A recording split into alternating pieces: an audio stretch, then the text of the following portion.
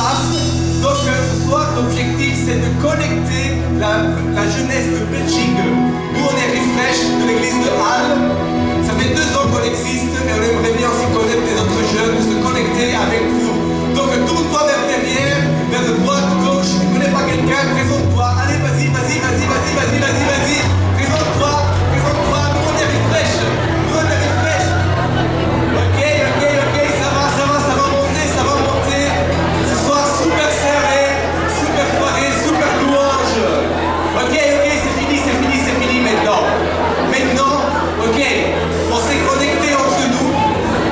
Attention. Maintenant, on s'est connecté entre nous. Et maintenant, on va se connecter avec le ciel. C'est le thème de la soirée. On veut se connecter avec le ciel. Est-ce qu'il y a des adorateurs dans la salle? Je vous entends pas. Ok, on est chaud. Maintenant, j'appelle le groupe Redeem à nous rejoindre. C'est des fous.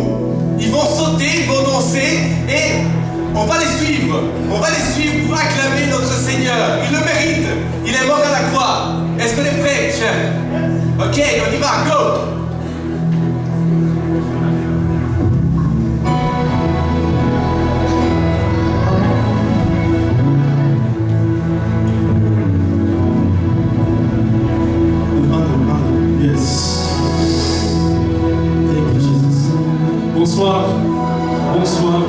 Bonsoir. Connect. C'est bien le nom, hein? Connect. C'est bien ça? Yes. Est-ce que la Belgique est là ce soir? Est-ce que je peux entendre la Belgique faire monter une clameur, faire monter l'offrande d'acclamation au Seigneur?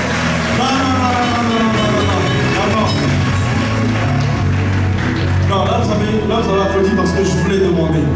Là vous avez fait parce que je voulais demander. J'aimerais qu'on puisse faire monter une offrande d'acclamation au roi des rois, au Seigneur des Seigneurs, à celui qui en est digne, à celui qui était, à celui qui est, et à celui qui vient. Oh la Belgique, je ne t'ai pas entendu ce soir. Je n'ai pas entendu quelqu'un pousser un cri de joie. Oh, j'ai un scoop pour quelqu'un ce soir. J'ai une annonce inédite pour quelqu'un ce soir. Tu sais, lorsque Jésus est élevé dans ta vie, la situation change. Lorsque Jésus est élevé dans ta vie, les maladies tombent. Lorsque Jésus est élevé dans une nation, la division tombe. Il n'y a plus de flamands, il n'y a plus de wallons, il n'y a plus de ceux du nord, ceux du sud, mais il y a un peuple qui élève un Dieu. Est-ce qu'on peut faire monter une offrande d'acclamation à ce Dieu? On continue comme ça.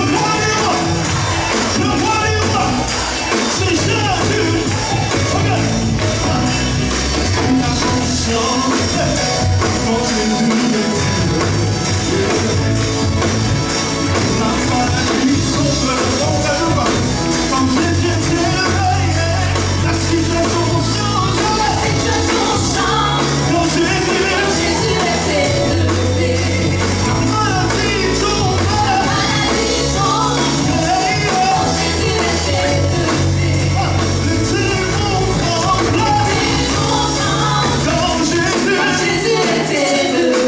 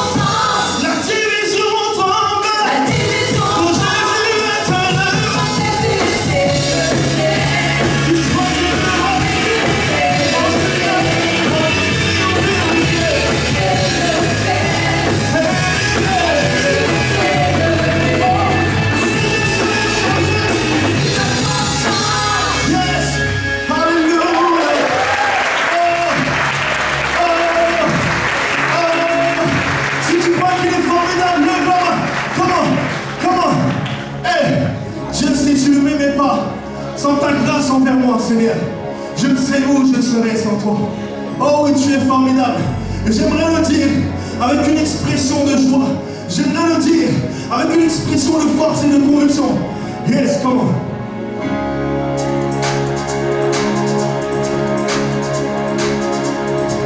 Hallelujah.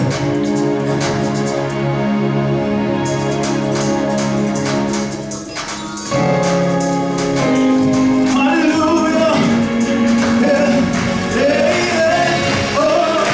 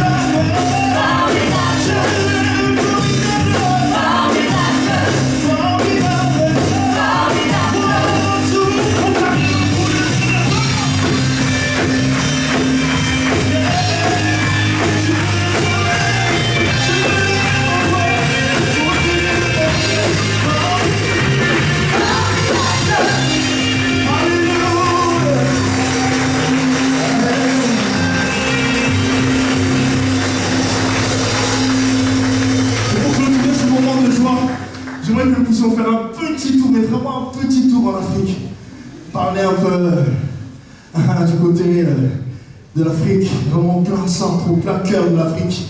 Et nous voulons vraiment le déclarer avec joie que c'est un jour de célébration. Dis à ton voisin, c'est un jour de célébration. Dis-le.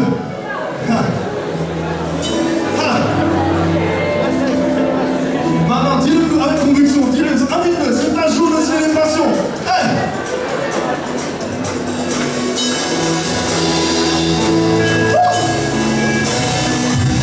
Ok, on a pris notre soin avec les mains. Ok, voilà ce que j'aimerais que vraiment, c'est trop vite, c'est pas vrai.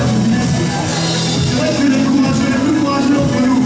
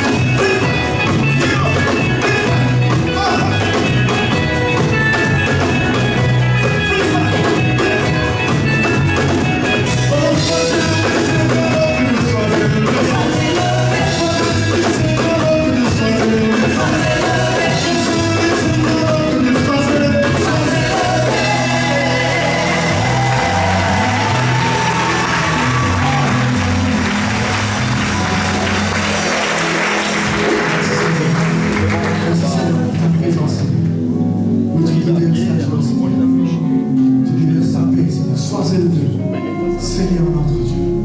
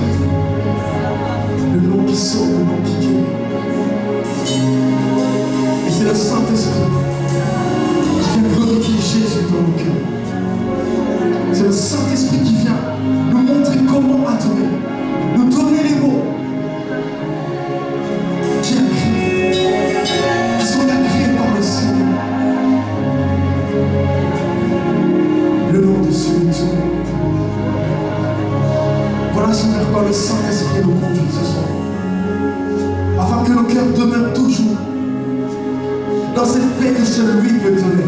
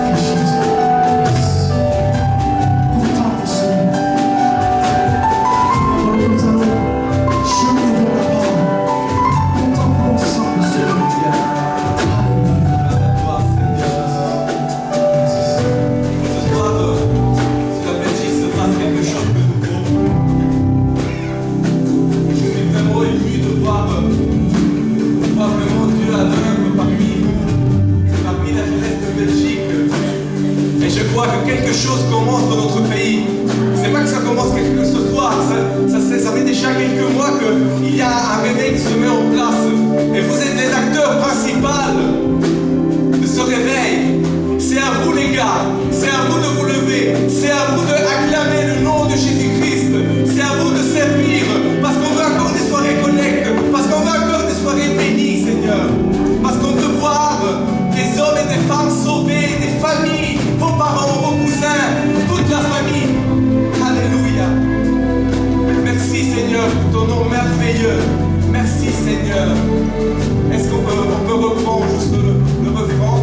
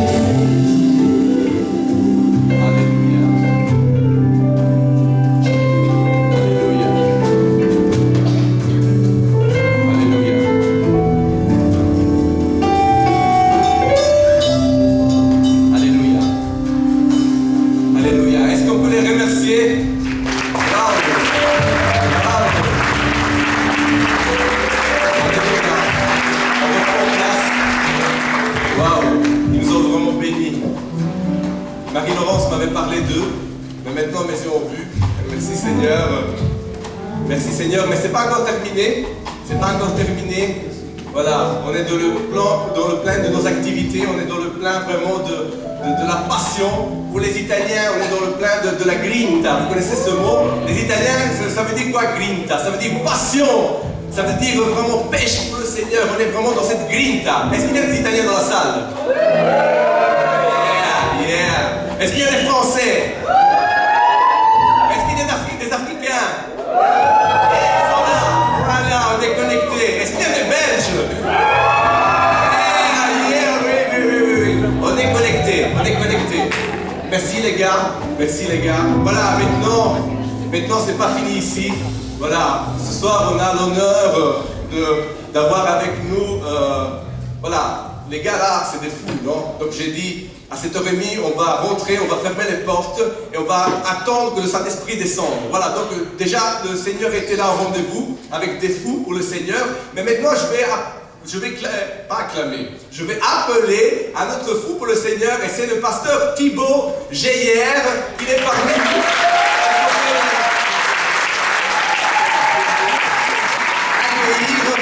Voilà, maintenant on va te prendre un pupitre. Attends, quelqu'un va sortir de là, Mathias? Ok, quelqu'un va sortir. Voilà, en tout cas, c'est un plaisir d'être que tu sois avec nous. On te connaît, voilà, à travers les réseaux. Chaque année, on vient à ce rencontre, donc cette année, on sera encore là. Mais ce soir, je suis sûr et certain que le Seigneur va bénir notre jeunesse. Amen. 1, 2, 1, 2. Est-ce que vous m'entendez? Vous m'entendez? 1, 2. Non. Pas de micro. Vous m'entendez ou pas? Vous m'entendez? C'est bon? C'est bon? Yes? Ça va? Oh là là, quelle ambiance. Ça va? Ouais. Super. Donc moi, je viens de la France, le pays championne du monde.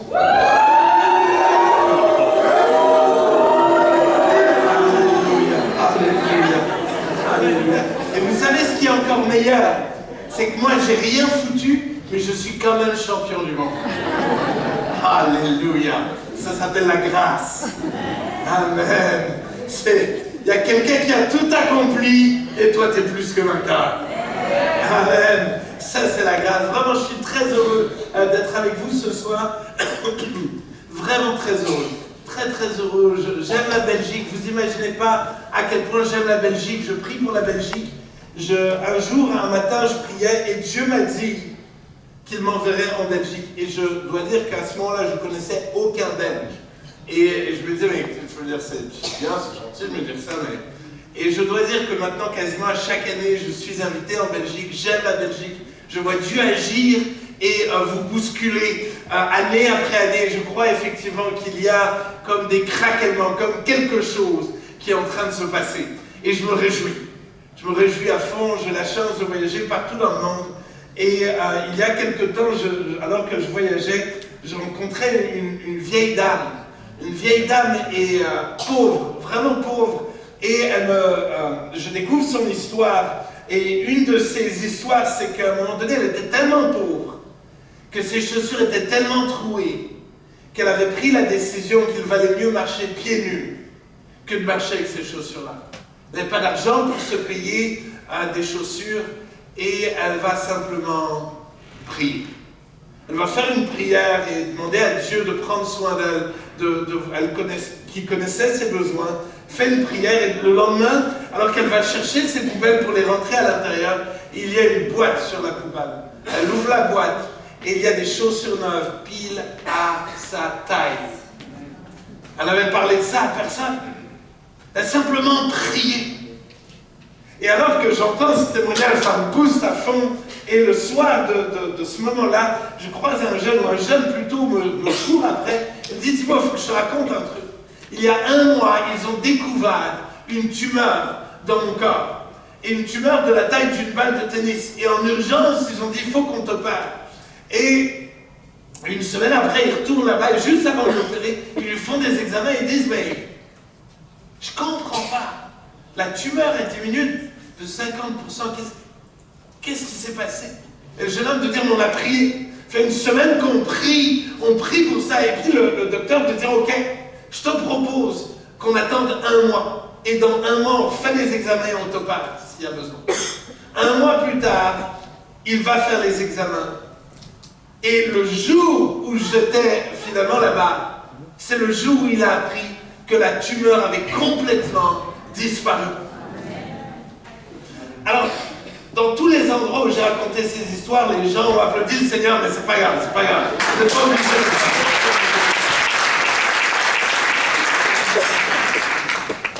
Les amis, la morale de l'histoire, c'est que la prière marche. La prière est efficace. Et partout où je suis, partout où vous m'entendrez prêcher, je commence toujours par proposer la prière.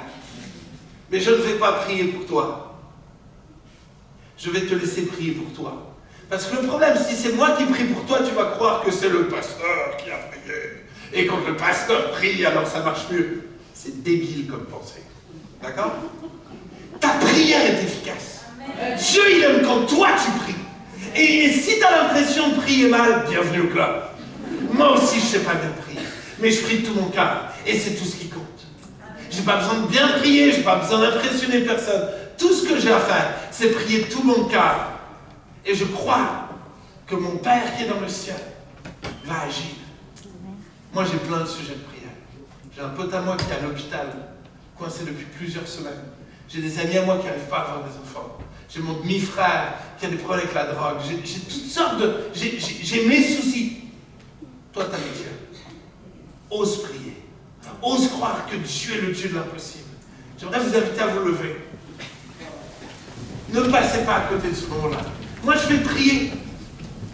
Moi, je t'encourage à prier. À oser lever ta voix. Je ne te demande pas de crier. Moi, je vais crier. Mais tu sais pourquoi je vais crier? Pour t'aider à ne pas avoir peur que ton voisin t'écoute. C'est mon seul but. C'est que tu puisses être à l'esprit. Ça marche? Let's go. Alléluia. Alléluia. Seigneur, merci parce que tu es bon. Merci parce que tu es ici. Et merci parce que tu es ce Dieu tout-puissant qui nous aime et qui veut agir infiniment au-delà de ce qu'on peut te demander ou même imaginer. Je prie au nom de Jésus. Au nom de Jésus. Que tu agisses et que tu interviennes dans nos vies. Je prie, Père. Seigneur Jésus, pour Olivier qui est à l'hôpital, au nom de Jésus. Qu'il soit délivré, guéri de cette tumeur, au nom de Jésus. C'est toi qui le guéris. C'est toi qui interviens pour Lionel, pour Mireille, pour Mathieu et Mélissa. C'est toi qui agis. C'est toi qui opères des miracles dans les corps, dans les vies. C'est toi qui continue ton œuvre dans la vie de ma maman, de mon demi-frère. C'est toi qui touches ma famille. Fais des miracles. Seigneur, j'ai tellement besoin de toi. J'ai tellement besoin de toi. S'il te plaît, Jésus. S'il te plaît, agis. Agis dans ma vie. S'il te plaît. S'il te plaît. Entends nos prières. Manifeste ta grâce dans nos vies. Et que le miraculeux s'opère à l'instant même. Au nom de Jésus. Amen. Amen. Amen. Gloire à Dieu. On peut applaudir le Seigneur. Alléluia. Alléluia. J'aime pas faire ça, mais j'ai ramené un DVD, un CD, un bouquin. J'ai rien à gagner. Je veux dire, je suis pas un vendeur. Je suis pas. Tout l'argent qui est récolté de cette vente-là, elle part à la mission. Donc j'ai rien à gagner à ça. Si j'ai demandé à ma libraire de me donner ces choses-là, c'est parce que ces choses-là ont littéralement changé ma vie. J'ai eu la chance d'avoir un modèle et le pasteur fondateur de l'église où je suis, on l'appelle Papa Jean Peter Schmitt, il a écrit juste des livres avec toutes ses aventures, tout ce que Dieu a fait dans sa vie. Et on me dit souvent, ouais, mais les jeunes, ils n'aiment pas lire, ouais, mais les jeunes... Je te défie de commencer ce livre et après de me dire, ah non, je n'aime pas lire, je ne lis pas la suite. Si tu commences, je te promets une chose, tu vas devenir dingue. Ce gars, il a vu des résurrections, ce gars, je veux dire, c'est un truc de fou. Et c'est un gars qui est encore vivant aujourd'hui. C'est pas une histoire de, il y a, je sais pas, je veux dire, voilà, c'est un DVD que j'ai produit, un CD de loin, je veux dire, j'ai rien à gagner.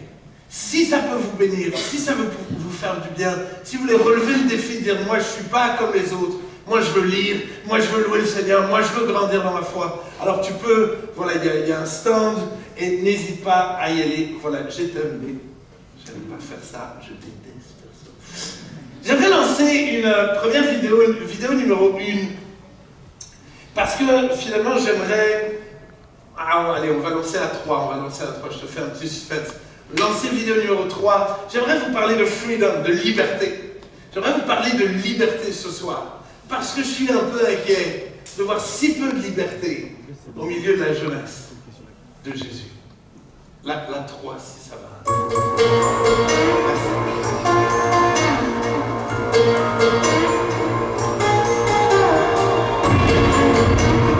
Cette liberté qui nous pousse à prendre notre envol comme l'air.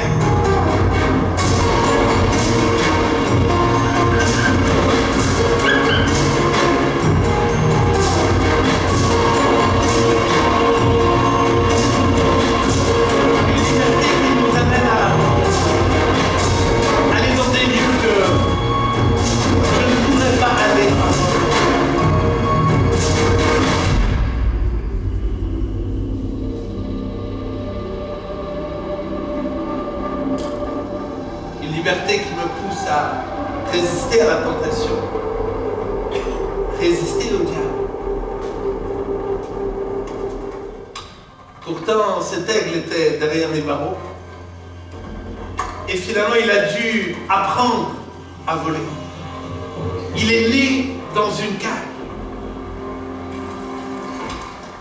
et finalement il était comme incapable d'être vraiment libre. Alors un homme a décidé de lui apprendre à voler, de lui redonner sa liberté. Un homme a pris le temps de s'investir pour que cet aigle puisse découvrir sa liberté. Une relation unique s'est créée entre cet homme et cet aigle.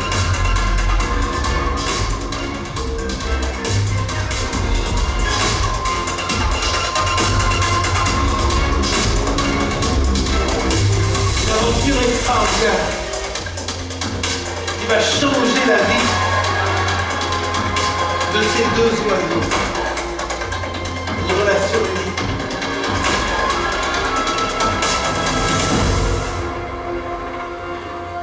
Voilà le teaser d'un film qui s'appelle Freedom.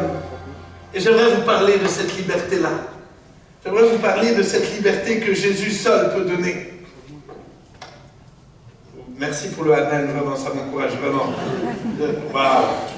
J'avais oublié ça, vraiment, waouh! Vraiment, s'il vous plaît, faites des efforts de temps en temps. Juste manifestez-vous un petit peu. Galates 5, verset 1 dit, c'est pour la liberté que Christ nous a affranchis. Demeurez donc fermes et ne vous laissez pas mettre de nouveau sous le joug de la servitude. Je répète, c'est pour la liberté que Christ nous a affranchis. Demeurez donc fermes et ne vous laissez pas mettre de nouveau sous le joug de la servitude. Amen. Merci beaucoup. Les amis, je suis très inquiet. Très inquiet de voir une génération, une jeune génération être si peu libre. Si peu libre. La plupart des jeunes gens que je vois ont tellement de mal juste à prier avant. Si peu de liberté. Si peu de liberté dans le fait d'être soi-même, dans le fait de pouvoir danser pour le Seigneur. Si peu de liberté dans le fait d'oser témoigner au milieu de son lycée, au milieu de son université. Si peu de liberté face au péché. Je vois une génération de jeunes gens qui aiment le Seigneur, qui veulent vivre de bonnes choses, mais qui ne sont pas libres. Et j'aimerais qu'on puisse partir à la rencontre de Rahab. Rahab, son histoire se trouve dans Josué 2, versets 1 à 21. Et j'aimerais qu'on puisse étudier ce texte. Alors j'espère que vous avez vos Bibles. Ou pas. Alors tout le monde lève son téléphone, genre, ça fait peur. Josué 2, versets 1 à 21. Et je vais lire ces 21 versets. Partout où je voyage de plus en plus, on me dit, Thibaut, il ne faut pas lire trop la Bible, ça ennuie les gens. Ben, je me réjouis de vous ennuyer. Parce que ça, c'est la parole de Dieu. C'est-à-dire, le temps que je lis la Bible, c'est le moment le plus important de la soirée. Vaut mieux bien écouter quand je lis la Bible que bien écouter quand moi je parle. Parce que Dieu est celui qui peut changer votre vie. Moi, je vais vous faire des blagues, je vais vous embêter, je vais vous saouler, je vais tout faire. Mais lui est celui qui peut vous libérer. Amen. Donc écoutez bien ce que dit Josué 2, versets 1 à 21. Je ne sais pas si ça s'affiche sur l'écran, si ça ne s'affiche pas. Tant pis pour vous, vous aviez qu'à ramener vos Bibles. Josué 2. Et si vous n'en avez pas, vous avez un super pasteur jeunesse là qui va s'engager à vous offrir une Bible à tous ceux qui n'en ont pas. Alléluia, il y a intérêt que vous en ayez. Josué 2, versets 1 à 21. Josué, fils de Nun, fit partir secrètement de Sittim 2 espions en leur disant, allez examiner le pays, et en particulier Jéricho. Ils partirent, et ils arrivèrent dans la maison d'une prostituée qui se nommait Rahab, et ils y couchèrent. On dit au roi de Jéricho, voici des hommes d'entre les enfants d'Israël sont arrivés ici cette nuit pour explorer le pays. Le roi de Jéricho envoya dire à Rahab, fais sortir les hommes qui sont venus chez toi, qui sont entrés dans ta maison, car c'est pour explorer tout le pays qu'ils sont venus. La femme prit les 2 hommes et les cacha. Et elle dit, il est vrai que ces hommes sont arrivés chez moi, mais je ne sais pas d'où ils étaient, et comme la porte a dû se fermer de nuit, ces hommes sont sortis. J'ignore où ils sont allés. Hâtez-vous de les poursuivre, et vous les atteindrez. Elle les avait fait monter sur le toit, et les avait cachés sous des tiges de lin qu'elle avait arrangées sur le toit. Ces gens les poursuivirent par le chemin qui mène au gué du Jourdain, et l'on ferma la porte après qu'ils furent sortis. Avant que les espions se couchassent, Rahab monta vers eux sur le toit et leur dit, « L'Éternel, je le sais, vous a donné ce pays. La terreur que vous inspirez nous a saisis, et tous les habitants du pays tremblent devant vous, car nous avons appris comment à votre sortie d'Égypte, l'Éternel a mis à sec devant vous les eaux de la mer Rouge. Et comment vous avez traité les deux rois des Amoréens au-delà du Jourdain, Sihon et Og, que vous avez dévoués par l'Éternel. Nous l'avons appris et nous avons perdu courage et tous nos esprits sont abattus à votre aspect. Car c'est l'Éternel, votre Dieu, qui est Dieu en haut des cieux et en bas sur la terre. Et maintenant, je vous prie, je vous en supplie, jurez-moi par l'Éternel que vous aurez pour la maison de mon Père la même bonté que j'ai eue pour vous. Donnez-moi l'assurance que vous laisserez vivre mon père, ma mère, mes frères, mes sœurs et tous ceux qui leur appartiennent. Et que vous nous sauverez de la mort. Ces hommes lui répondirent, nous sommes prêts à mourir pour vous. Si vous ne divulguez pas ce qui nous concerne, et quand l'Éternel nous donnera le pays, nous agirons envers toi avec grâce et fidélité. Elle les fit descendre avec une corde par la fenêtre. Car la maison qu'elle habitait était, écoutez bien, sur la muraille de la ville. Elle leur dit, allez du côté de la montagne, de peur que ceux qui vous poursuivent ne vous rencontrent. Cachez-vous là pendant 3 jours, jusqu'à ce qu'ils soient de retour. Après cela, vous suivrez votre chemin. Ces hommes lui dirent, voici de quelle manière nous serons quittes du serment que tu nous as fait faire. À notre entrée dans le pays, écoutez bien, attache ce cordon de fil rouge cramoisi à la fenêtre, par lequel tu nous as fait descendre, et recueille auprès de toi dans la maison de ton père, ta mère, tes frères, et toute la famille de ton père. Si quelqu'un d'eux, écoutez bien, sort de la porte de ta maison pour aller dehors, son sang retombera sur sa tête, et nous en serons innocents.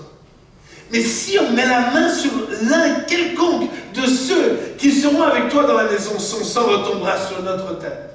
Et si tu divulgues ce qui nous concerne, nous serons quittes du serment que tu nous as fait faire.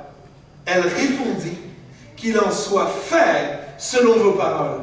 Elle prit congé d'eux et ils s'en allèrent. Et elle attacha le cordon de cramoisi à la fenêtre. Waouh! C'est mieux qu'Hollywood, ça. Qui est Rahab? Rahab, le nom Rahab veut dire insolence, veut dire violence. Bizarre, ça. Pourtant, il s'est bien passé quelque chose pour que Rahab devienne Rahab la prostituée. Aucune jeune fille, aucun enfant ne rêve de devenir une prostituée. Qu'est-ce qui s'est passé dans la vie de cet enfant qui est né? Peut-être qu'elle s'est retrouvée piégée à l'adolescence, à chercher l'amour des hommes, à chercher son estime d'elle-même. On a peut-être profité d'elle. Alors humiliée, elle s'est enfoncée dans le monde des ténèbres. Elle n'avait pas envie de devenir cela, mais elle s'est retrouvée comme prisonnière. Elle avait honte, mais elle était liée. Et tout d'un coup, elle s'est dit, mais... Et si finalement je pouvais trouver le bonheur là-dedans? Et tout d'un coup, elle s'est créé un monde, le monde de la prostitution. Tout d'un coup, alors qu'elle était enfermée dans Jéricho, elle a voulu survivre. Elle était à la recherche du bonheur. Un peu comme toi, un peu comme moi. Elle voulait être heureuse. Malheureusement, elle est devenue prisonnière d'une cage dorée. Prisonnière d'une cage dorée. Une cage en or. Magnifique. Mais une cage quand même. Le problème, c'est que cette cage, elle n'est pas si mal. Parce que dans cette cage, il y a une bonne liasse de biens. Il y a plein d'argent. Dans cette cage, on nous promet le bonheur. Si tu as de l'argent, tu seras heureux. Si tu as une belle maison, ça sera la belle vie. Alors tout d'un coup, on a envie d'être dans cette cage. Dans cette cage, on y boit de tout. Hallelujah. Vous aimez bien ce petit bruit, hein? Ah, je sais que vous l'aimez bien.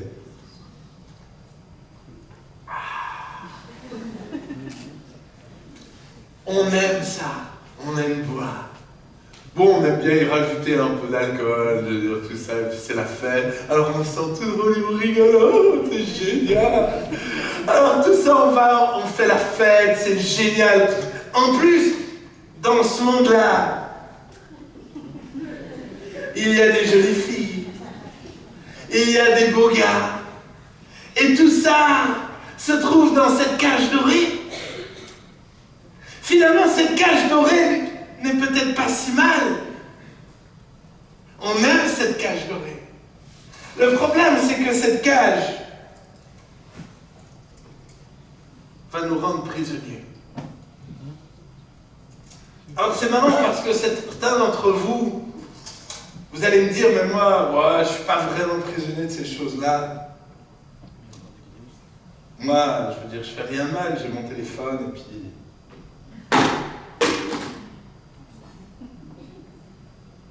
C'est fou, comme ce qui se passe dans ton cœur en ce moment, c'est de l'incompréhension. Genre, il a vraiment jeté un téléphone par terre. Vous avez remarqué, hein? Ça fait flipper, hein? Tu sais ce que ça me fait dire? C'est marrant parce qu'en France, ils font tous « Oh, non, il n'a pas fait ça. Oh, en Belgique, ils font... » Il y a un cri intérieur, tu vois? Il est profond, mais il est là. Je l'ai entendu, mais fou du discernement avec vous, hein, vraiment, c'est un truc de malade. C'est pas mon iPhone, t'as remarqué que c'est pas mon iPhone. Tu veux que j'essaie avec le tien ou non? C'est un fou, c'est un fou. Et les amis, aujourd'hui, nous sommes une génération tellement addicte à tellement de choses. À nos téléphones, à nos ordinateurs, à Netflix. Et on aime toutes ces choses-là. Et on a l'impression que ces choses-là, c'est le vrai bonheur.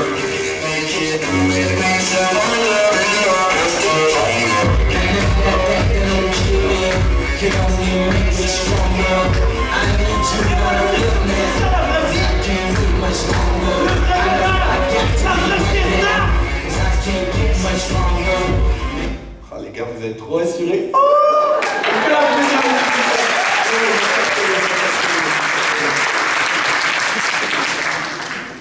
ça fait flipper tellement vous êtes forts. Je vais vous embaucher, Amen. Il dit amen pour eux, c'est gentil. Gentil de me les offrir.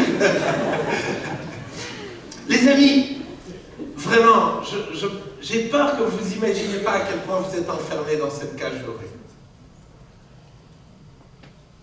J'ai peur de croire que beaucoup d'entre vous, vous ne réalisez pas à quel point vous êtes addicts au regard des autres. On a tellement de bizarreries qui sont installées dans nos vies.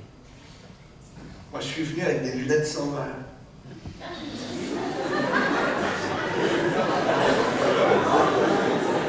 Tu vois, ça sert à rien. Si pour se gratter les yeux, c'est pratique, mais... À part ça, je veux dire, ça sert à rien.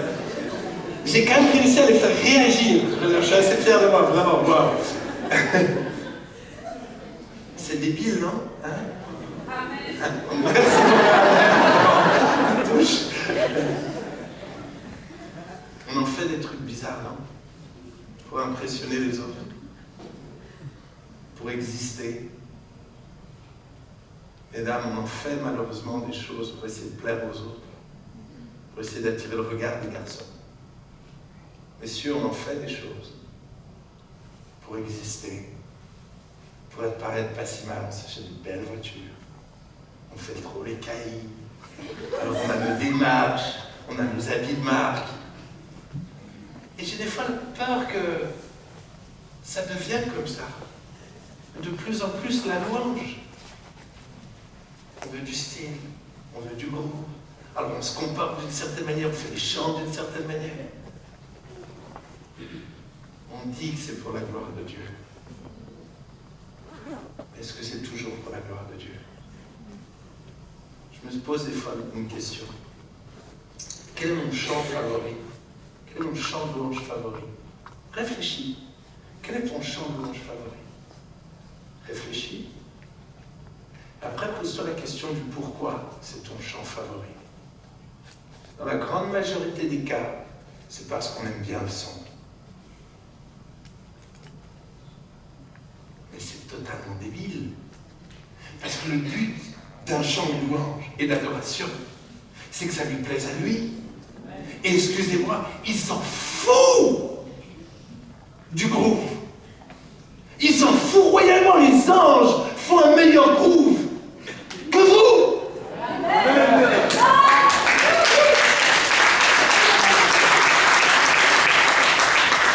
C'est un réveil, vous avez applaudi, les amis. Waouh!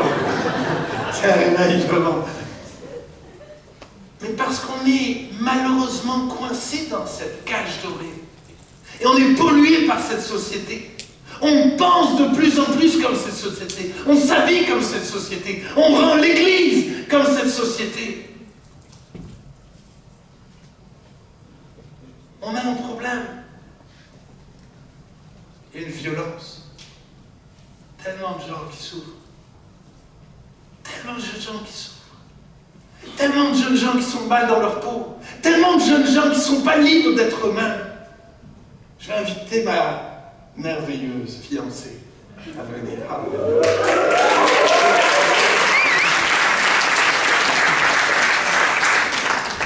J'aimerais qu'elle vous raconte son histoire, si elle peut avoir un micro, si tu peux regarder ça, puis je vais juste introduire. J'aimerais que vous compreniez que je parle ce soir de Rahab la prostituée, mais j'aurais pu vous parler de Mathieu le drogué, de Justine l'homosexuel, de Pierre le menteur, d'Éric l'alcoolique, de John le porno addict, de Laura l'anorexique. Finalement, Rahab, c'est toi et moi. C'est Anne-Catherine.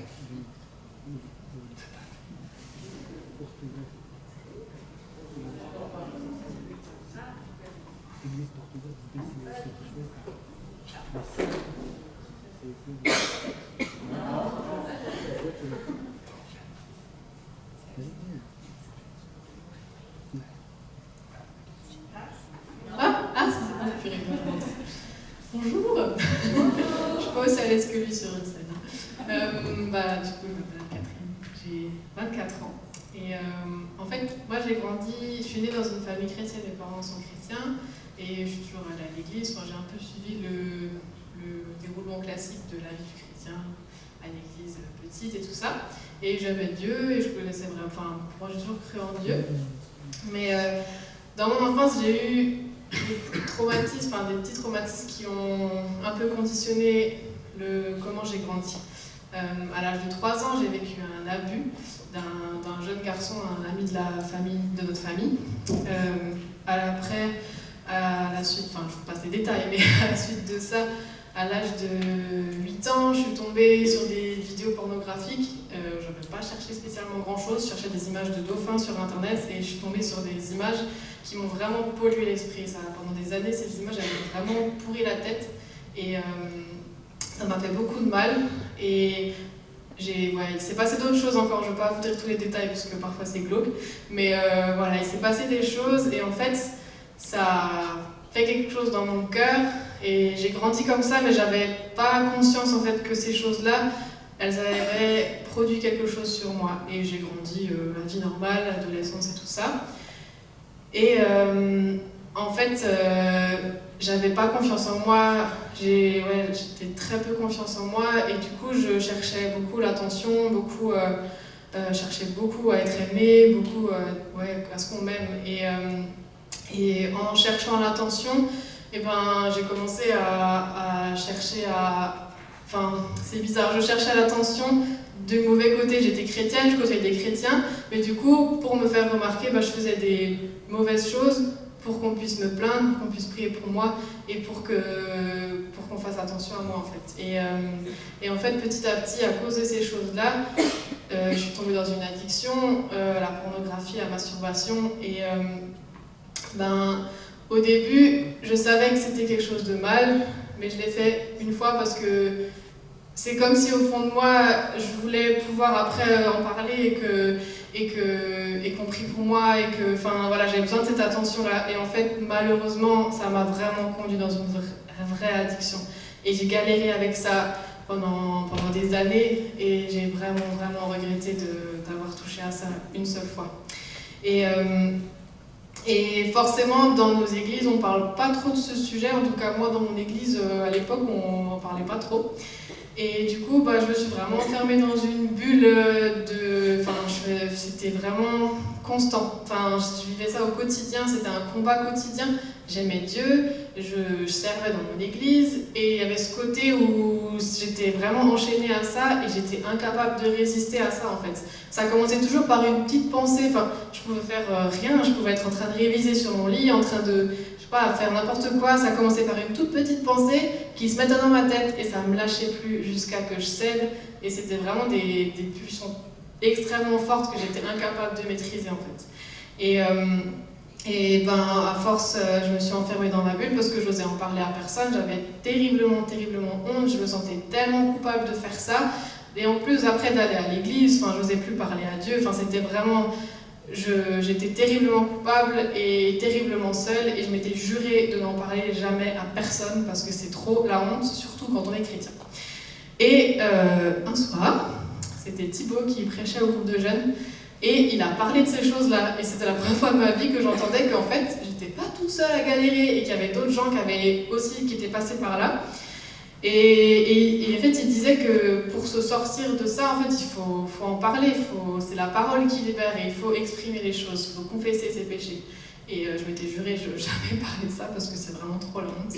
Mais ce soir-là, j'étais vraiment désespérée, ça faisait vraiment des mois que je galérais, même des années que je galérais et je m'en sortais pas. Je suppliais Dieu, je priais Dieu de m'aider et ça marchait pas. Et j'avais beau faire tous les efforts du monde de mon côté, j'arrivais pas à résister très longtemps.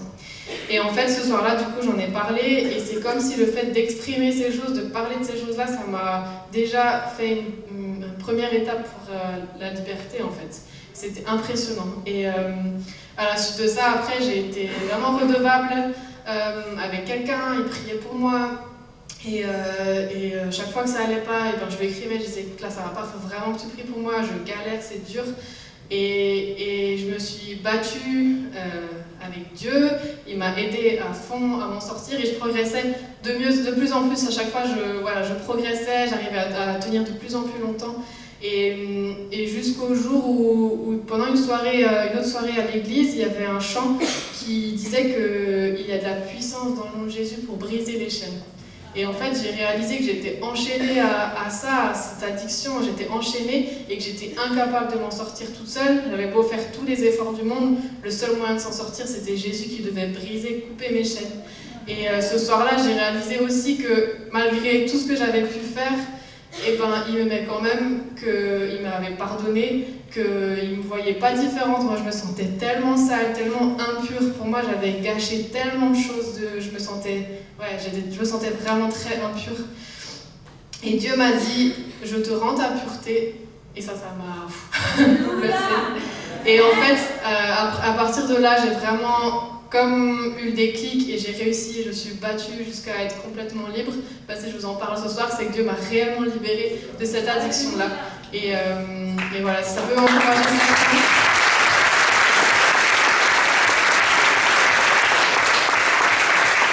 C'est des choses, souvent on n'ose pas en parler dans nos groupes de jeunes, et c'est tellement dommage parce que c'est grâce à ça que je m'en suis sortie en fait. C'est parce que quelqu'un un jour a osé en parler, et c'est pas la honte, parce que je suis sûre que tout le monde un jour passe par des combats comme ça, ou même si c'est autre chose, mais on galère tous, et c'est pas la honte, et il faut en parler, c'est tellement important, c'est que comme ça vous pourrez vous en sortir, si quelqu'un en tout cas se sent concerné par ça. Voilà.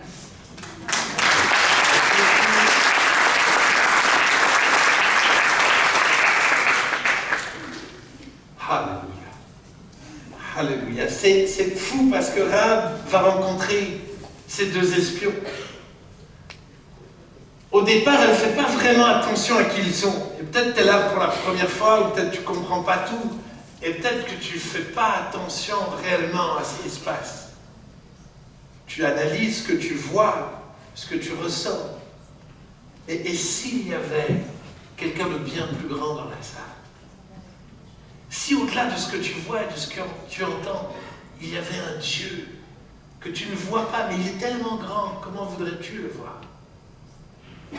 Qui était là, capable de changer ta vie, capable de bouleverser ta vie. Mais tout d'un coup, elle va entendre le roi de Jéricho parler d'eux. Et elle va tout d'un coup se souvenir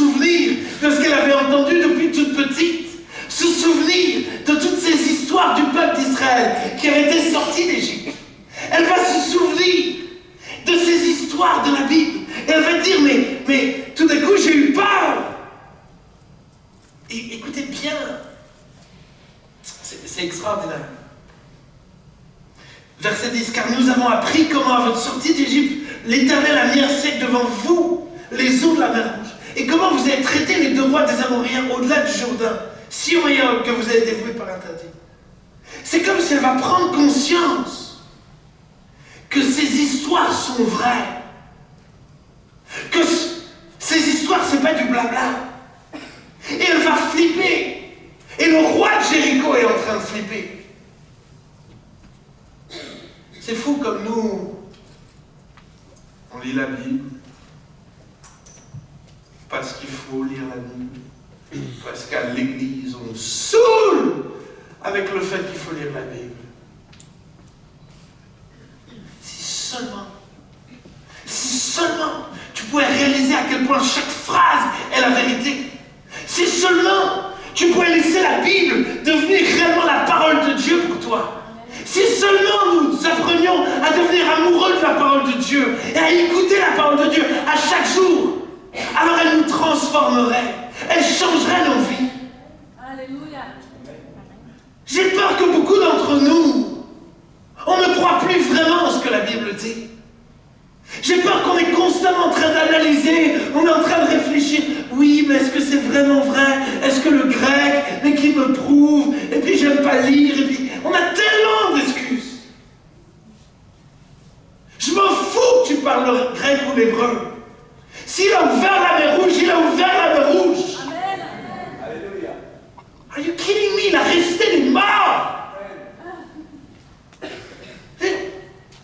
Si tu veux savoir ce que ça fait, je veux dire, sincèrement, va dans une morgue et regarde, et essaye de ressusciter un mort. Et tu verras combien lui est grand et combien tu ne l'es pas. Alléluia.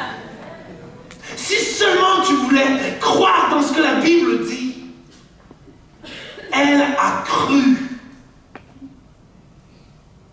Elle a pris au sérieux. Le peu qu'elle savait, elle l'a pris au sérieux.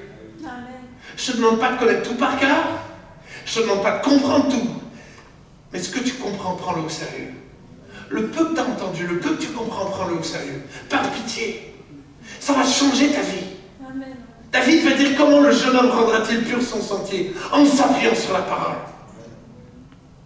Si seulement tu peux lancer la vidéo numéro 4, si tu veux bien. Histoire vraie. J'aimerais que vous puissiez prendre conscience d'à quel point la Bible peut changer les How choses. could he love me? I sell myself for money. That seems like it goes against everything I've ever heard anybody talk about. How on earth could Jesus love me? And so I didn't actually read the Bible right away because I was a little bit scared. And so a few years later, when I finally did read the Bible, I realized that Jesus does love me, and he did love me, does love me as a porn star. He just didn't love the act that I was, of sex that I was committing, you know. But Jesus does love me, regardless of where I am or what I've done. He loves me regardless. God's word has completely changed my life.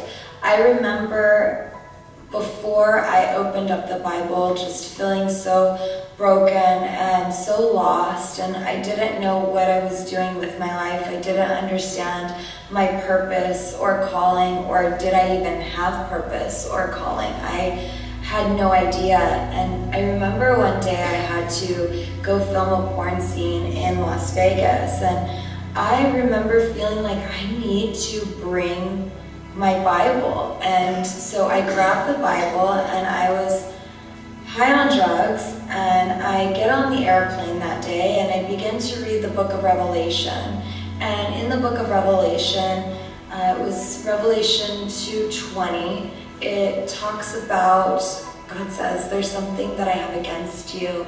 You tolerate this woman named Jezebel, and she is committing adultery and leading my people into adultery. And that day I heard the truth, and the truth set me free, because I remember thinking, I'm that woman. Like, that's me. I am leading people into adultery every single day, and I don't think now that I know that I'm not supposed to be doing this.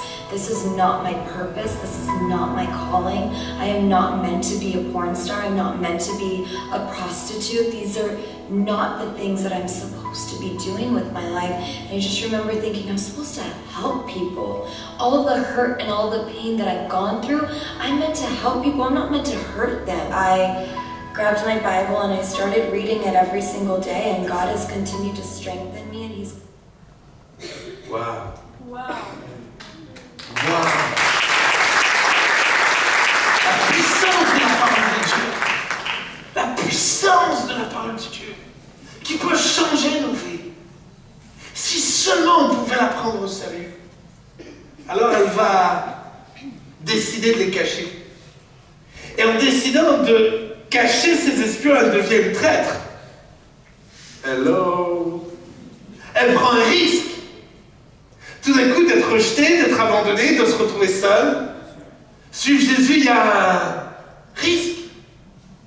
C'est un chemin étroit et difficile. Il y a un risque, c'est compliqué, parce que tu changes de monde. Tout d'un coup, il y a des potes qui vont te lâcher. Ou plutôt, il y a des potes que tu vas devoir lâcher. Des gens qui t'influencent, des gens qui t'encouragent dans ce monde-là, dans cette cage dorée. Mais elle a plus peur de Dieu que peur du regard des autres. Elle avait plus peur de Dieu que du regard des autres, je le répète. Elle avait plus peur de Dieu que du regard des autres. Amen. Et toi? La Bible dit que le salaire du péché, c'est la mort. Le salaire du péché, c'est la mort. Le salaire de mon addiction, c'est la mort. Le salaire de cette vie de rébellion contre Dieu, c'est la mort. Et Dieu va revenir pour juger le monde. Il va détruire le monde. Et tout le monde s'en fout. Dans l'église, on n'a plus peur du retour de Jésus. J'ai grandi. Dès que tout d'un coup, tes parents ne rentraient pas, tout d'un coup, tu disais, oh purée, il est l'heure d'avant. Sincèrement, j'ai grandi dans cet environnement-là. Aujourd'hui, j'entends plus personne me parler comme ça. Je vois plus personne avoir peur du retour de Jésus, peur de ne plus être enlevé. Je vous dis pas qu'il faut vivre sous la peur et la condamnation. Pas ça que je veux dire, mais il y a une crainte de Dieu. Et des fois, comme je me dis, plus non, j'ose pas prier à voix haute. Je me dis, mais on a largement plus peur de ce que pensent les autres que de ce que pense Dieu. Et ça m'inquiète.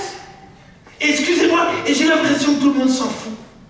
Tout ce qui nous satisfait, c'est que vous venez à l'église. Oh, vous venez à l'église, oh, c'est génial, vous venez à l'église, vous. On s'en fout que vous venez à l'église. Moi, ce que je veux, c'est que votre vie change.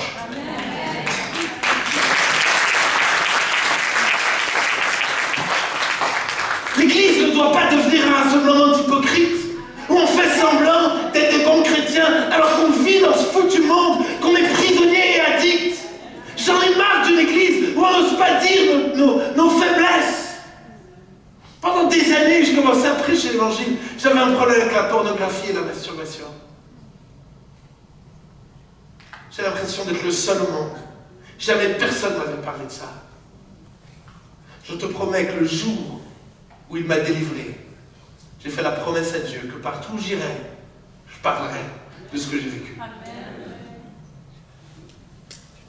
Je suis touché que ma chérie ait ce courage-là de parcourir la France entière pour donner son témoignage. Tellement de filles. On parle jamais de ça, on dit « Ah, mais ça c'est un problème de gars ». Et vous vous enfermez dans toutes sortes de honte, de fonctionnement et tout ça.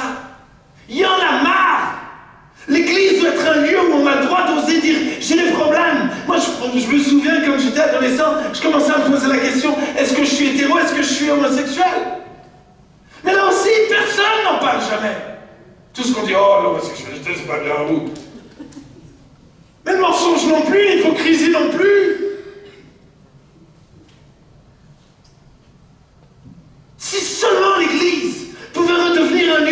être soi-même. Un lieu où on peut déchirer ses vêtements. Enfin pas, c'est une image. Hein. On se calme.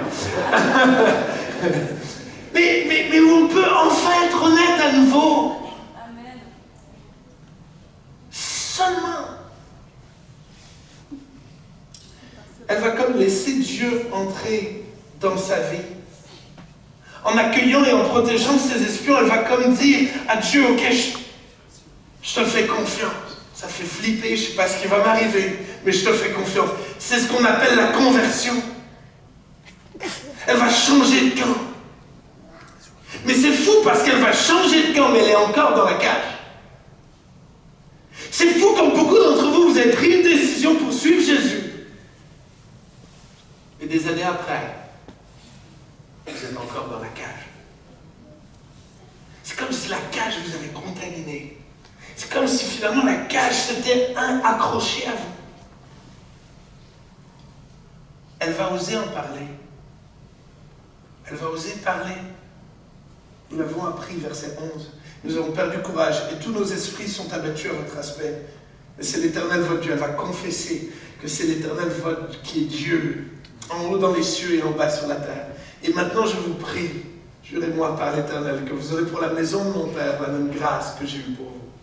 Donnez-moi l'assurance que vous laisserez vivre mon Père, ma mère, mes frères et sœurs et tous ceux qui leur appartiennent, et que vous nous sauverez de la mort. Elle va ouvrir sa bouche. Elle n'a pas peur d'ouvrir sa bouche. Elle n'a pas peur de confesser les choses. Elle n'a pas peur. Et j'aimerais tellement t'encourager. Ose parler. Ose parler. Et voilà la réponse. Écoute bien. Énorme. C'est énorme. Verset 14. Ces hommes lui répondirent. Moi, je ne comprends pas je comprends pas la réponse. Écoutez bien. Ces hommes lui répondirent. Nous sommes prêts à mourir pour vous. Elle dit, non mais, j'ai besoin d'être sauvé, je suis dans une galère incroyable, voilà vraiment, ça fait flipper, je réalise ça, il faut que vous nous sauviez de la mort. Et les gars vont dire, on est prêts à mourir pour vous. Ils auraient pu dire, ouais t'inquiète, on va te sauver. Ils n'ont pas dit ça. Ils ont dit, on est prêt à mourir pour toi. C'est ce que Jésus a fait. Amen. Jésus n'a pas fait du blabla. Il a dit, je suis prêt à mourir pour toi. Je vais mourir pour toi. Il est monté sur la croix pour mourir pour toi, pour te sauver et pour te libérer de tous tes péchés. Amen. Il est mort sur la croix et par son sang qui a coulé, tu peux non seulement être pardonné, mais purifié de tous tes péchés. Il a pris tes souffrances, il a pris ta violence, il a pris tout ce que tu as subi. Un gars a subi. On l'a abusé. Mais Jésus a pris cela sur la croix. Et tout d'un coup, lui a donné la force de pardonner. Lui a donné la force de lâcher prise sur cette violence qu'il avait déréglée. Jésus est mort à la croix. C'est pas du blabla. Si seulement tu pouvais retrouver une révélation de la puissance de Dieu à la croix. La plupart d'entre vous, si je vous dis, oh, est-ce que tu sais que Jésus t'aime? Tu sais comment tu regarderais? Je le sais.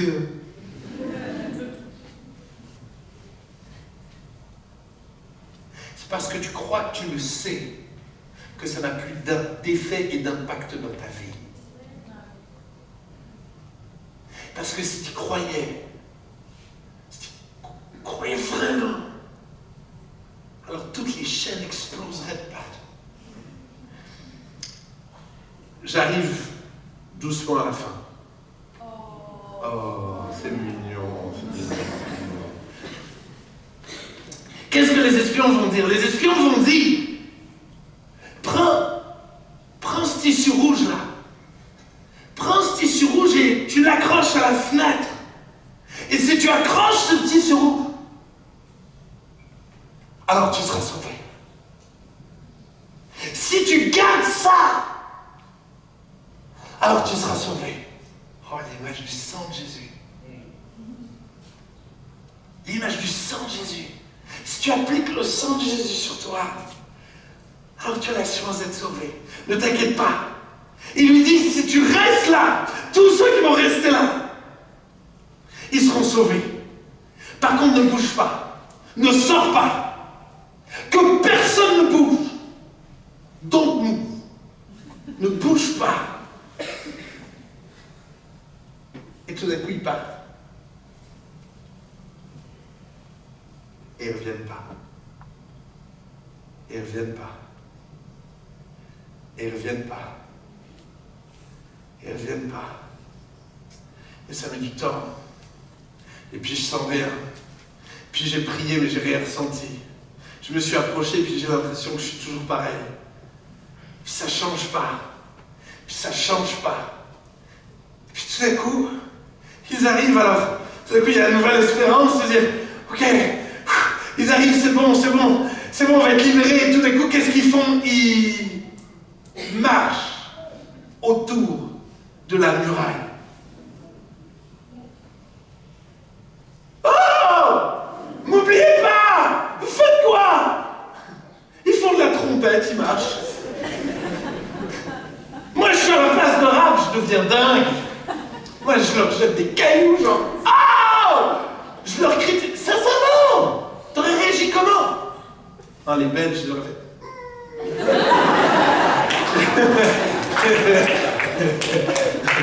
Non, sincèrement, c'est incompréhensible. Non, vous trouvez ça normal, ouais, c'est normal. Pour conquérir une muraille, on tourne autour, c'est logique. Non seulement, ils vont simplement tourner autour. Et ensuite, ils vont rien faire, ils vont les dormir. Et le lendemain, ils font la même chose. Il n'y a rien qui change. Et beaucoup d'entre vous, vous avez l'impression que quand vous priez, il n'y a rien qui change.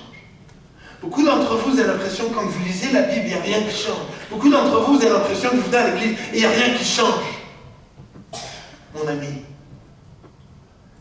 n'arrête pas. Parce que les victoires arrivent. La délivrance arrive. N'arrête pas. N'arrête pas. Continue. Vous savez, j'ai pris une résolution, alors, ça va me faire bizarre un peu, mais il y a je sais pas, 6 mois, mois de juin l'année dernière, Dieu me parle. Et Dieu me dit, ok, je veux que tu prennes un peu plus soin de toi. Fais un peu plus de sport. Je fais du sport toutes les semaines, une fois par semaine depuis des années et des années. Je sais ce que vous pensez, genre ça se voit pas. Faites attention, hein. Je veux dire, j'entends. Je commence à avoir le discernement des Belges. Faites gaffe à vous. Et donc, j'ai commencé à rajouter, de faire plus de pompes et d'abdos. Mais je me suis rendu compte d'une chose. C'est quand je fais une pompe, ou 10 pompes, ou 50 pompes, après quand je me regarde, il n'y a rien qui a changé. Vrai ou faux? Tu dis, mais je me suis donné, j'ai transpiré, il n'y a rien qui a changé, c'est une grosse arnaque. Ne regarde pas l'apparence, parce qu'à l'intérieur de toi, il y a quelque chose qui a changé. Et si seulement tu persévères, et je sais que vous ne le réalisez pas, mais en ce moment, plein de gens me disent, t'as maigri, Timo? T'as changé, Timo? Ce qui change doucement, est-ce que tu ne vois pas à l'intérieur, bientôt va se voir à l'extérieur.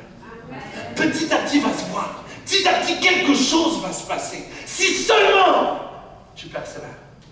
Si seulement tu apprends à être patient. Si seulement tu laisses Jésus faire. N'aide pas Jésus. Laisse-le faire. Toi, ne bouge pas. Ne bouge pas. Ne bouge pas. Ose continuer de confesser tes péchés. Ne bouge pas. Je ne comprends pas des fois pourquoi certains sont délivrés plus vite que d'autres. Je ne sais pas. Je ne comprends pas tout. Mais une chose que je sais, c'est que si Jésus a dit qu'il allait me rendre libre, il me rendra réellement libre. S'il l'a dit, il le fera. Je ne lâcherai pas. Je ne lâcherai pas. Vous ne me connaissez pas encore bien, je suis un têtu de malade. Je ne lâche pas. Ma chérie, elle le sait. Je ne lâche pas. Quand il s'agit des choses de Dieu, je ne lâche pas. Je suis un malade. Je suis un dingue. Mais pourquoi? Parce que je sais que Dieu va agir. Allez, une petite histoire un peu rigolote et après je t'avoue. Calme-toi, il y en a qui... Dernièrement, ma chérie, elle était un peu énervée parce que j'ai pas de grattoir et il y a du givre. Vous avez un peu de givre, du gel, tout ça, ça arrive aussi en Belgique, voilà. En France, en tout cas, on a ça. Et donc, il faut gratter tout ça. Et puis, elle était un peu énervée de ce que j'ai pas de grattoir. Donc, moi, je m'adapte, je m'en fous. Moi, je veux dire, j'ai pas de grattoir, je prends autre chose et puis voilà. Mais elle était un peu genre, vas-y, c'est rien, ça te coûte rien, va acheter un truc.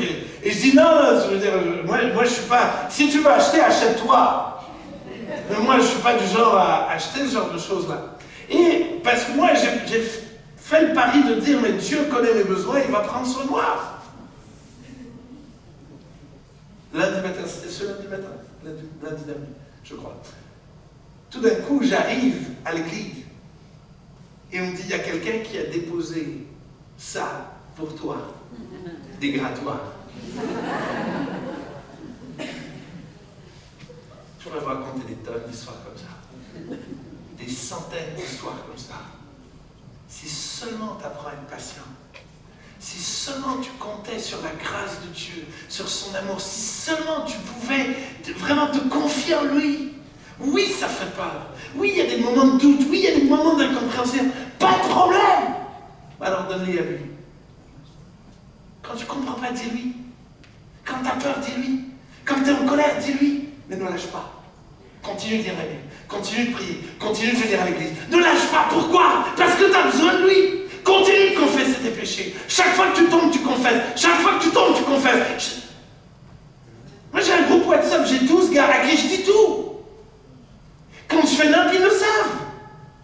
Quand je m'énerve, ils le savent. Quand je mens, ils le savent.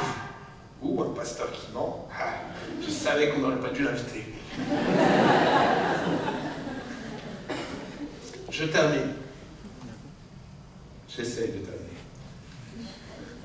Écoutez bien. Pendant 7 jours, ils vont tourner. Et au bout du 7e jour, les murailles vont s'effondrer.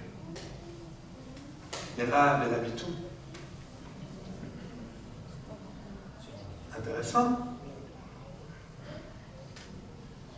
Donc tout d'un coup, non seulement elle attend 7 jours, et elle ne comprend rien parce qu'ils font juste des petites balades, mais le 7e jour, tout d'un coup, elle voit la muraille s'écrouler.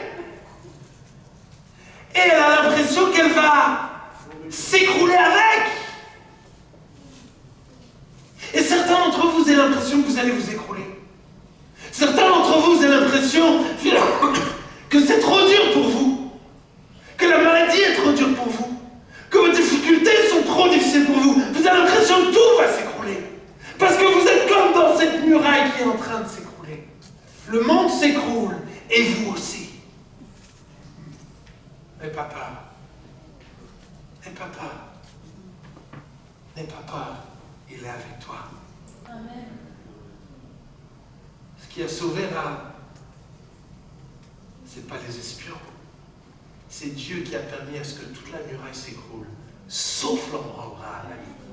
Amen. C'est incroyable ça, hein? On oublie souvent ça.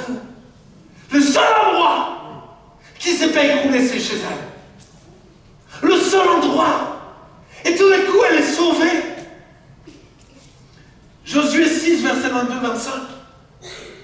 Josué dit aux 2 hommes qui avaient exploré le pays, entrez dans la maison de la femme prostituée et faites-en sortir cette femme et tous ceux qui lui appartiennent, comme vous le lui avez juré. Les jeunes gens, les espions, entrèrent et firent sortir Rahab, son père, sa mère, ses frères et tous ceux qui lui appartenaient, et firent sortir tous les gens de sa famille et les déposèrent hors du camp d'Israël. Verset 24. Ils brûlèrent la ville et tout ce qui s'y trouvait. Seulement ils mirent dans le trésor de la maison d'Israël, la maison de l'Éternel, l'argent, l'or et tous les objets d'airain et de fer. Josué laissa la vie à Rahab, la prostituée, à la maison de son père, à tous ceux qui lui appartenaient. Elle a habité au milieu d'Israël jusqu'à ce jour. parce qu'elle avait caché les messagers que Josué avait envoyés pour explorer Jéricho. Dieu va détruire cette cage.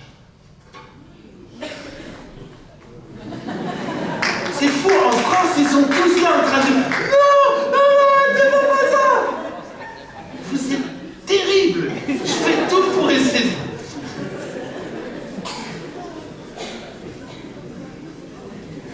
J'ai fait ce message au Liban, non, pas au Liban, à Cuba.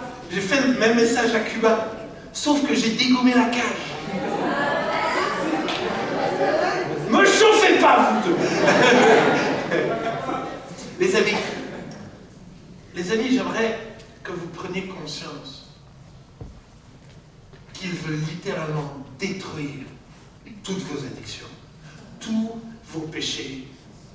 Moi, pendant des mois, j'avais un problème avec un verset. Ce verset dit que votre douceur soit connue de tous les hommes. Et sincèrement, ma douceur était connue de pas grand monde. Sincèrement. Et ça me faisait mal. Vraiment, et j'essayais de changer et j'y arrivais pas. Jusqu'au jour où j'ai eu cette révélation de me dire, mais si tu l'as écrit, c'est que c'est possible. Amen. Alors je me laisse faire. Et sincèrement, je vois Dieu continuer de me changer. Je suis encore à l'école. Je suis un enfant de Dieu. J'apprends à marcher. Je ne suis pas parfait. Des fois je m'énerve, des fois je... Mais il m'apprend à marcher. Il me change avec l'aide de son esprit. Il me change. C'est l'équipe de louange qui peut me rejoindre. J'ai ma conclusion. J'ai une vidéo. Et après on prie. Ça marche? Ça marche.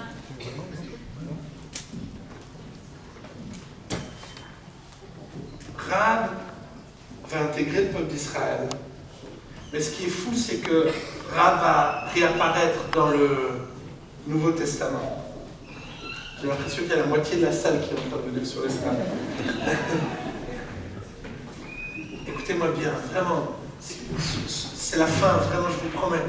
J'aimerais juste que vous puissiez capter ça. Rahab va comme disparaître des radars. Et elle va réapparaître dans le Nouveau Testament. Matthieu 1, verset 5 à 6. Salmon engendra Boaz de Rahab. Boaz engendra Obed de Ruth. Obed engendra Isaïe. Isaïe engendra David. Le roi David engendra Salomon, etc. jusque Jésus. Rahab, tout d'un coup, n'est plus une prostituée. Elle va se marier. Elle va se marier, elle va avoir des enfants. Elle va construire une famille. Elle ne va pas simplement construire une famille. Elle va bouleverser le monde. Elle va bouleverser le monde. Parce qu'elle va faire des trucs extraordinaires et parce qu'elle est super stylée. Elle va bouleverser le monde. Parce qu'elle va apprendre, écoutez-moi bien, à être fidèle. Elle va simplement s'occuper de ses enfants. La seule chose qu'on sait d'elle, c'est qu'elle va s'occuper de ses enfants. Et elle va bien le faire. Beaucoup d'entre vous essaient de vous miroiter monts et merveilles et on vous encourage à faire de grandes choses. Et si Dieu t'appelle à de grandes choses, tant mieux. La grande majorité d'entre nous, Dieu nous appelle à être fidèles. À nous occuper d'une chose. Juste une chose. Pas être stylé. Pas être applaudi du monde entier. Être fidèle. Être fidèle. Fidèle à la technique. Fidèle à faire le ménage. Fidèle. Fidèle à prier. Fidèle à aller à l'église. Juste fidèle. Pas par légalisme, pas parce qu'on pousse, pas parce qu'on force, mais fidèle parce qu'il a changé ma vie. il m'a libéré, il m'a pardonné. Maintenant, je vais être quelqu'un de fidèle. Je vais être quelqu'un de fidèle. Je ne veux pas lâcher. Je ne veux pas lâcher. Psaume 68, verset 7, Dieu dit, Dieu donne une famille à ceux qui étaient abandonnés. Il délivre les captifs et les rend heureux. Mais les rebelles, seuls, habitent des lieux arides. Dieu donne une famille à ceux qui étaient abandonnés. Il délivre les captifs et les rend heureux. Mais les rebelles, seuls, habitent dans des lieux arides. Tu as le choix ce soir d'être rebelle.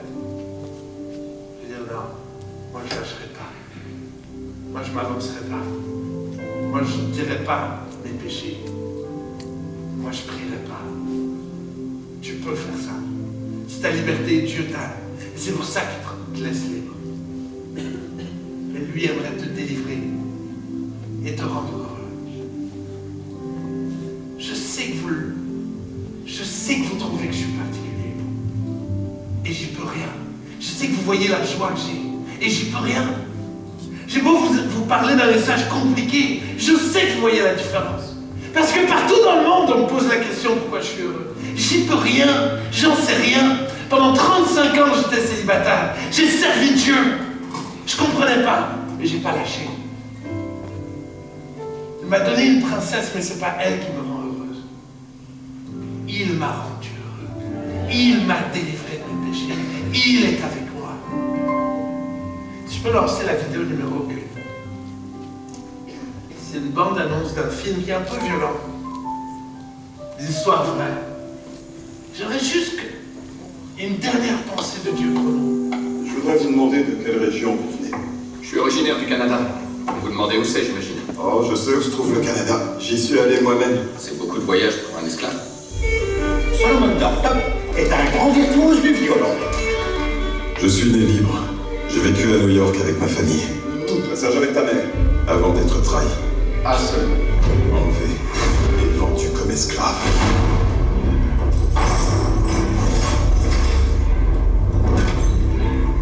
T'as retrouvé la santé? Je m'appelle Solomon Northup. Je suis un homme libre et vous n'avez aucun droit de me séquestrer. T'es pas un homme libre. T'es rien de plus qu'un clandestin évadé des géants. Et le serviteur qui n'obéit pas à son seigneur, celui-là sera battu par le fouet de nombreuses fois. Parole de Roger. La condition de vos travailleurs, elle est abjecte. C'est ma propriété. Vous l'énoncez avec fierté, l'énoncez un fait. Un homme a le droit de disposer de sa propriété. Reviens-y. Maître, il y a même pas 10 jours, j'étais avec ma famille. Chez moi. Et toi, tu me dis de renoncer à tout. Si tu tiens à la vie, ne fais et ne dis que le strict minimum. Je ne veux pas survivre. Je veux vivre. Mais t'es sûr que c'est quelque chose? J'ai suivi les instructions. S'il y a un défaut, le défaut était dans les instructions. Dis-toi bien qu'on t'a amené ici pour travailler, autrement ça te vaudra 100 coups de fouet. Je sais ce que c'est que de faire l'objet des attentions du maître. À son heure, le Seigneur s'occupera de Rex, comme de ses semblables. Je vais sauver. Je ne succomberai pas au désespoir. J'entreprendrai mes forces jusqu'à l'opportunité d'être libéré.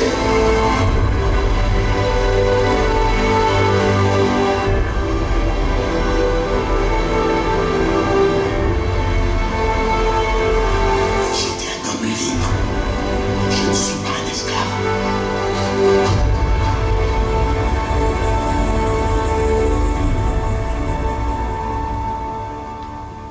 J'aimerais qu'on puisse fermer nos yeux pour terminer. C'est une histoire vraie. Histoire vraie d'un homme qui était libre et qui s'est fait piéger. Nous avons tous été piégés par le péché. Et nous sommes tous, sans exception, devenus esclaves.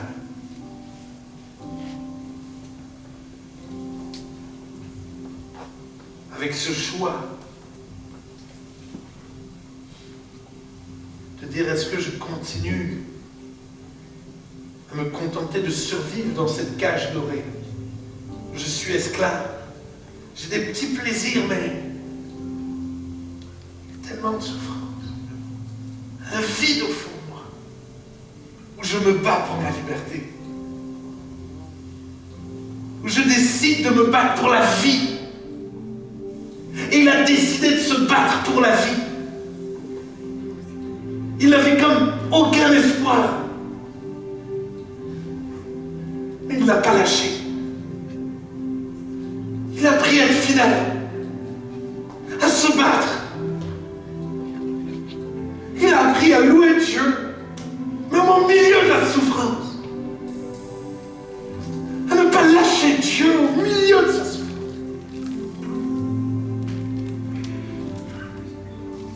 Et Jésus est venu le libérer. Et il a reçu cette libération. Et ce soir, de la même manière, Jésus aimerait nous rendre libres et réellement libres. Pas une liberté d'apparence. La Bible dit, si le Fils vous affranchit, alors vous serez réellement libres. Une vraie liberté. La liberté des enfants de Dieu. Libre de la timidité, libre de la colère, de la haine, libre de pardonner, libre de vivre. Je vais faire 2 appels ce soir. J'aimerais que vous puissiez prendre très attention à ce qui va être dit. Parce que Dieu cherche. Dieu vous cherche. Premier appel. Et pour ceux qui sont là, qui disent, moi, je ne suis pas encore dans le camp de Dieu. Je ne suis pas né nouveau. Mes péchés ne sont pas pardonnés. Si je meurs aujourd'hui, je ne vais pas au ciel. Parce que je vis dans cette rébellion à Dieu. Et ce soir, Jésus aimerait te pardonner tous tes péchés. Jésus aimerait venir te sauver, il aimerait te faire naître de nouveau, inscrire ton nom dans le livre de vie. Ce soir, il t'appelle à la conversion. Il y aura un autre appel pour tous ceux qui sont dans des luttes avec toutes sortes d'addictions, de colère, de haine, de toutes sortes de choses qui les accompagnent et qui sont déjà sauvés. Et mon premier appel est pour ceux ne sont pas sauvés. Et je crois réellement que Jésus, dans son amour, te cherche. Mais la Bible dit qu'il veut que nous puissions croire dans nos cœurs et confesser notre bouche. Rahab va confesser de sa bouche, mais elle va mettre ce tissu rouge. Elle va comme oser s'affirmer. Et un signe visible qui va être mis en place. Et alors qu'on a nos yeux fermés avec beaucoup de respect, si quelqu'un est là et dit, moi je veux naître de nouveau, je crois que Jésus est mort sur la croix, ressuscité. Je vais lui donner ma vie, je vais lui donner mes péchés. Je veux renoncer à la vie du monde. Si tu es là et tu veux prendre cette décision, alors lève la main avec beaucoup de courage. Là où tu es, c'est extraordinaire. Dieu te voit. Tu peux baisser ta main, c'est extraordinaire. Quelqu'un d'autre, c'est extraordinaire. Plusieurs mains qui se lèvent, c'est extraordinaire. Je suis tellement fier de vous. Je suis tellement fier de vous. Tellement fier de vous. Waouh. Encore une main, waouh. Dieu te voit, Dieu vous voit vraiment. C'est devant Dieu que vous levez la main. Vous pouvez la baisser une fois que vous l'avez levée. C'est extraordinaire. Je suis très fier de vous. Je sais qu'il y a un combat. Je sais qu'il y a un combat. Je sais que c'est difficile. Et j'ai envie de prier avec vous. Et je sens qu'il y a un combat. Il y a un combat pour beaucoup d'entre vous de dire, waouh, j'ai levé la main. Il ne faut pas qu'il me demande plus. Mais j'ai tellement envie de t'encourager à faire un pas très courageux. C'est alors que tout le monde va se lever. J'aimerais t'inviter à me rejoindre devant. Pas pour t'afficher devant les autres, peu importe les autres, on s'en fout des autres. J'ai osé confesser mes péchés devant toi. Mais j'aimerais que tu viennes là pour qu'on puisse prier avec toi, t'entourer. J'aimerais prendre du temps avec toi. Sincèrement, je te promets, je ne veux pas t'humilier. J'aimerais tellement qu'on puisse sceller ensemble cette décision. Alors j'aimerais nous inviter tous à nous lever. Et inviter tous ceux qui ont levé la main à me rejoindre. Et peut-être certains, et je sais qu'il y en a, vous n'avez pas osé lever la main. Venez, venez, venez me rejoindre devant. Et pendant ce temps, louons le Seigneur, cherchons-le. Venez me rejoindre.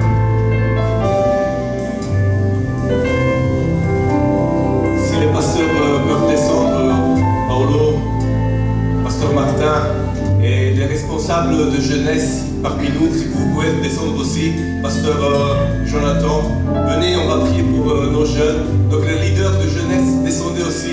Pasteur Paolo, Martin, venez, on va prier. Le staff Refresh aussi.